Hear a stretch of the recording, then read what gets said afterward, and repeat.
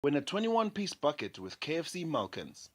Simply buy a Streetwise 2, write your name and contact number on the back of your till receipt, and put your receipt in the entry box provided in the store.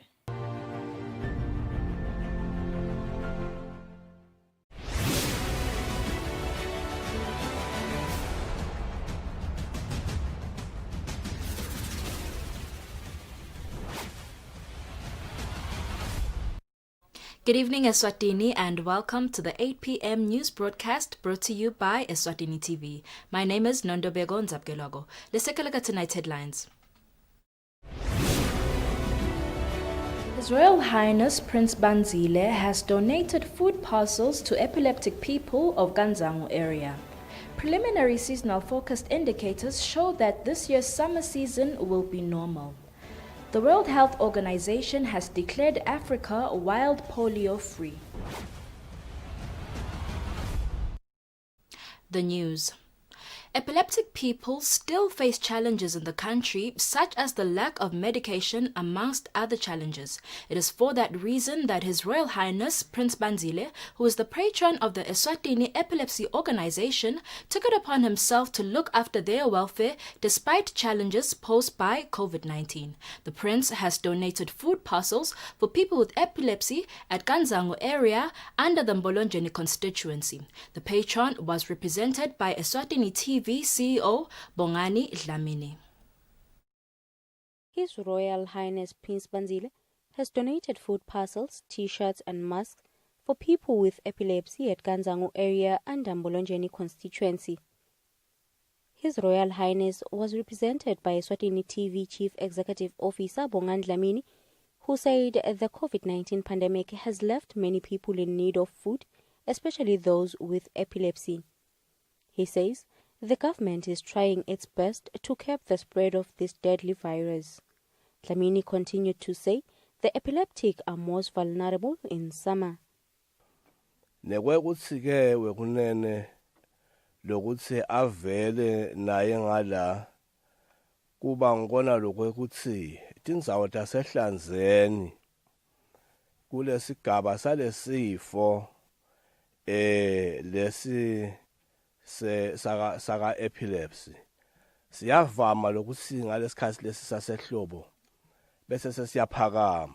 The Eswatini Epilepsy Organization Chief Executive Officer Mbuso Muni Mahlalela says the Ganzangu is a drought-stricken area, hence the food donation was much needed.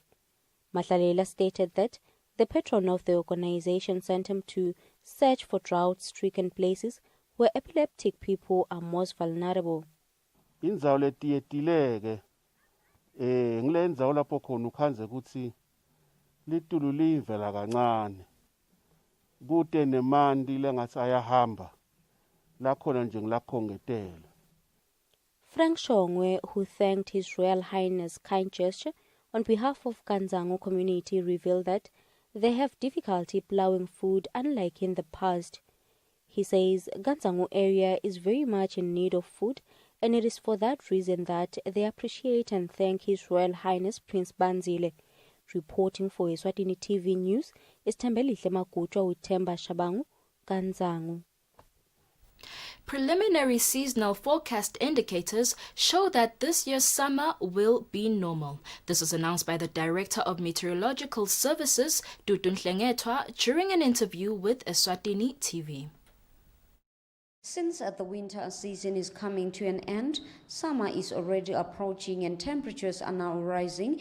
Meteorological Service Director Dudun Hlengetwa says this year's summer seasonal focus indicates that it will be normal to above rainfall. Currently, indicators are leaning towards us having normal to above normal rainfall for this coming rainfall season. And talking about normal to above normal rainfall, it is critical for each Liswati to understand what normal rainfall entails for the specific area that they are working on, as we have different rainfall amounts across the country.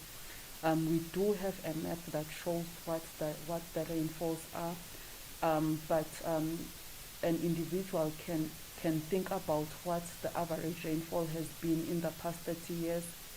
but could also consult with the office wherein we'll be able to give them the indication of what normal rainfall is for the specific area that they are interested in. Hlengethwa further revealed that weather forecasters are already holding a virtual meeting discussing about this year's summer season. Therefore, a full report on how the summer season will look like will be ready in 2 weeks' time. Reporting, I'm Zoto Atlamini with Musum Konda in Babane. We will now take a look at the COVID-19 update from the Ministry of Health. The Ministry of Health has reported 23 new confirmed COVID-19 cases in the country in the last 24 hours. In a statement issued by the Minister for Health, Lizingosi, a total of 325 results were received today, of which 23 people tested positive for coronavirus, bringing the total number of confirmed COVID-19 cases in the country to 4,327. The ministry has also reported one death over the past 24 hours, taking the total number of COVID-19 deaths to 86. The deceased is a 67-year-old woman from the Hoho region who died on the 23rd of August 2020 while awaiting results for COVID-19, which came back positive. The statement shows that there are 1,259 active cases, 2,959 people have recovered, 86 people have died, and 23 have been registered for care. Looking at the cumulative confirmed COVID-19 cases by region, Manzini region has 1,944 cases. Shiselweni Hoho region has 1,723 cases, Shiselweni has 355 cases, and the Lubombo region has 305 confirmed cases of COVID-19. Let's continue with the news. Public Accounts Committee Chairperson Phila Buthelezi says one of the reasons that causes civil servants to steal from government is that most of them are drowning in debt. Buthelezi says as a result of the debt, most civil servants now earn little. Public Accounts Committee Chairperson Phila Buthelezi has encouraged the Ministry of Public Service to capacitate its workers on good financial management skills. Buthelezi said this when the committee was probing the issue of civil servants from the Ministry of Natural Resources and Energy who are paying back money which they wrongfully use from government. Buthelezi observed that one of the workers was now earning 700 Malangen a month. Buthelezi says workers who find themselves earning this then lack motivation at work. Business 70, one of them, business Senator Law 700. Got demand the 13 company is also 2.3. Now, what's also not seeing that the money, the spending was called. Now, 700 and the motivation of the 7 that's old. Now, I've been developing 17. Mfonganeni Member of Parliament Roy van Rakis says government should come up with a law which will protect civil servants from drowning into debts. Policy government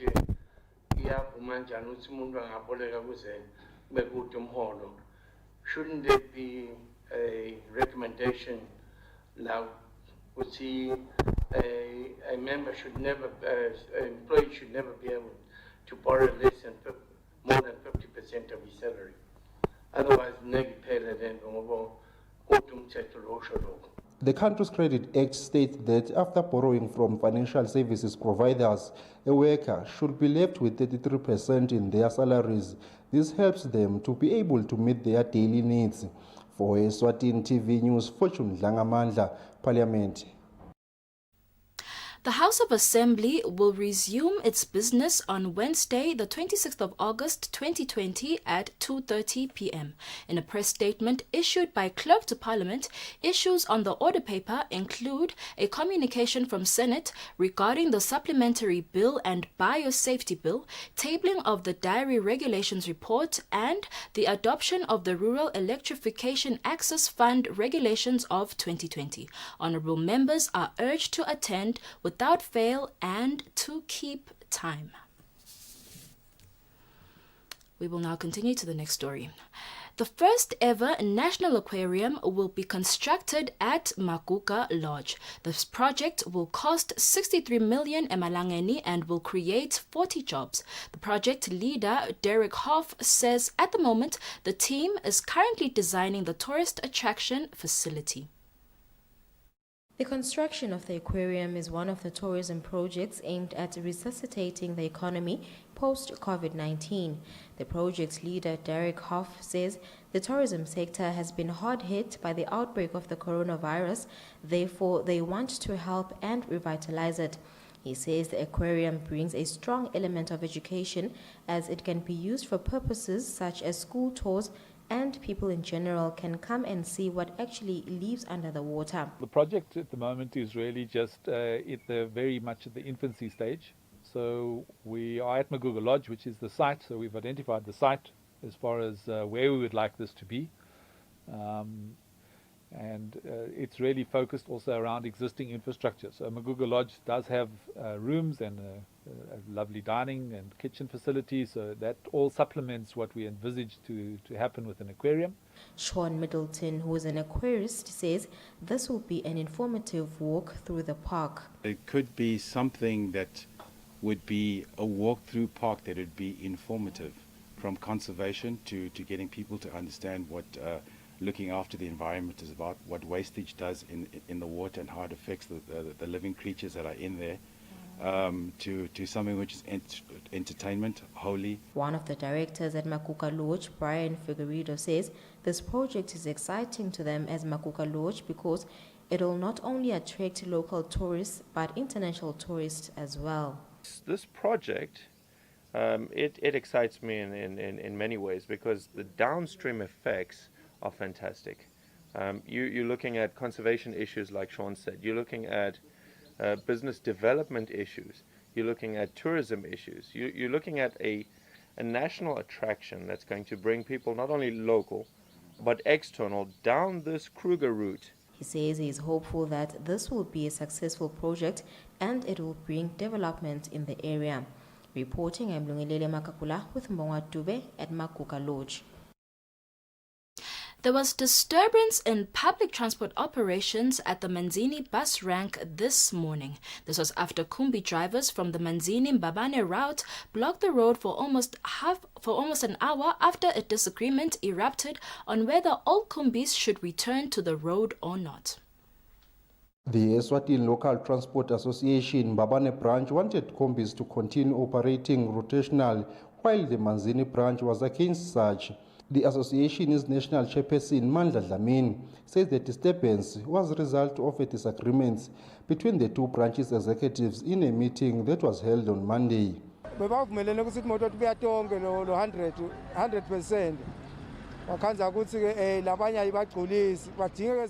branches had agreed that all minibuses should resume operation.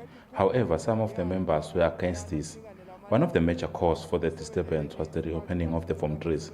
Some of the operators feel all minibuses should return to the road as the numbers of passengers was on an increase.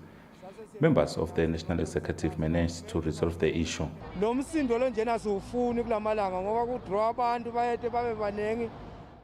The association frowns upon the commotion between the two branches. The branches to report queries instead of causing disturbance. There are about 100 minibuses servicing the Mbabane-Manzini road. In the initial days of COVID-19 outbreak, government issued a directive that public transport should not load in full capacity. This resulted in public transport operators adopting a rotational working schedule. For Eswatini TV News, Fortune Dlangamandla, Manzini. The World Health Organization has declared the Africa region as being free of wild polio as the disease was last seen in Nigeria in 2016. Wild polio is a form of polio that causes severe paralysis and, in severe cases, death. The World Health Organization has declared Africa as being free of wild polio after the disease was last seen in the continent in Nigeria in 2016. Wild polio is a type of polio which in most severe cases causes paralysis of the entire body, and in most severe cases it results in death. Eswatini is one of the countries which have a long history of being polio-free, as the last case of this disease was last recorded in 1989 in the kingdom. Polio mainly affects children below 5 years of age. Before strengthening polio vaccination programs, African countries were badly affected by the disease, as statistics show that in 1996 alone, more than 75,000 children contracted this disease. It was upon realizing the severity of polio in Africa that former South African President Nelson Mandela launched the Kick Polio Out of Africa campaign, a movement that propelled thousands of health workers to hand-deliver polio vaccines in far-flung villages that lacked access to health care. While Africa has reached a milestone of being polio-free, health workers warn that countries still need to vigilantly guard against the spread of this disease. For Eswatini TV News, Hlengwe Ndlovu in Babane. 4 men have been arrested and charged with stock theft in the Shiselweni region. The 4, suspected to be part of a syndicate, have been charged for stealing 9 cattle worth over 78,000 emalangeni. The 4 suspects, namely Penduka Mazibuko from Makakane area, David Mavuso from Nkungwini, Sifiso Tony Mtsetfa from Malia Duma, and Mfana Sibili Mamba from Sitobelweni, were arrested by the police last week Thursday. The 4 are suspected to be part of a syndicate that is responsible for stealing cattle in different areas in the Shiselweni region. The 4 suspects have been charged with 5 counts with the accusation of jointly stealing cattle in different areas in the Shiselweni region. The first count is for stealing 2 cows valued at 14,000 emalangeni at Manyanzeni on the 8th of April. The second count is for stealing 2 cows valued at 16,500 emalangeni at Mkitsini on the 5th of June. The third count is for stealing 2 cows valued at 20,000 emalangeni at Manyanzeni on the 22nd of June. The fourth count is for stealing 1 cow valued at 8,000 emalangeni in Moyhoek near the Shiselweni region on the 3rd of July, and the last count is for stealing 2 cows valued at 20,000 emalangeni at Mtombe on the 8th of August. The suspects made their appearance at the Nhlangano Magistrates Court before Magistrate Kalisile Twala, where they applied for bail while awaiting trial. The court refused them bail and ordered them to come back on the 3rd of September. The suspects were taken back to prison. Reporting for Eswatini TV News, Sifiso Ngumalo, it's Muva Shongwe, Nhlangano. General Secretary of the Migrant Mine Workers Association, Vamajele, says they are happy that migrant mine workers are well taken care of by the Health and Safety Department in the mining sector in South Africa during this time of the coronavirus pandemic. Jele said this during an interview with the Eswatini TV journalists in Menzini. Since most of the migrant mine workers are back at work in the Republic of South Africa, though the COVID-19 virus is still ravaging the globe, Migrant Mine Workers Association General Secretary Vamajele says their association is pleased to know that the Health and Safety Department in the mining sector in the Republic of South Africa is taking care of mine workers during this time of the dreadful virus. Further from that, we've got these mine workers who are getting disability pensions from the Rand Mutual Assurance. And we are also concerned about their safety because it matters most to us. And it's one of the population that we serve. So we actually queried to the Rand Mutual to find out exactly how or what level of health and safety application have they made, including the risk assessment, if they've done one, to ensure that the people who or the disability pensioners are able to travel to complete a proof of life in a safe way and ensure their safety is prioritized. And should then we find that the company couldn't actually do the few things, one on health and safety, secondly on the risk assessment prior to the proof of life process, we will be looking at how we can litigate to ensure that should somebody found with COVID-19, the company becomes accountable. Jele further says that mine workers who are sick due to tuberculosis and silicosis are already accessing their money through database claim system, as the 5 billion emalangeni settlement was approved by the High Court in July 2019. Chele then advised the mine workers that currently they are working with relevant structures to assist them without meeting them face to face to avoid the dangers of them being infected by the virus. Reporting, I'm Zoto Adlamini with Mbonga Dube in Manzini.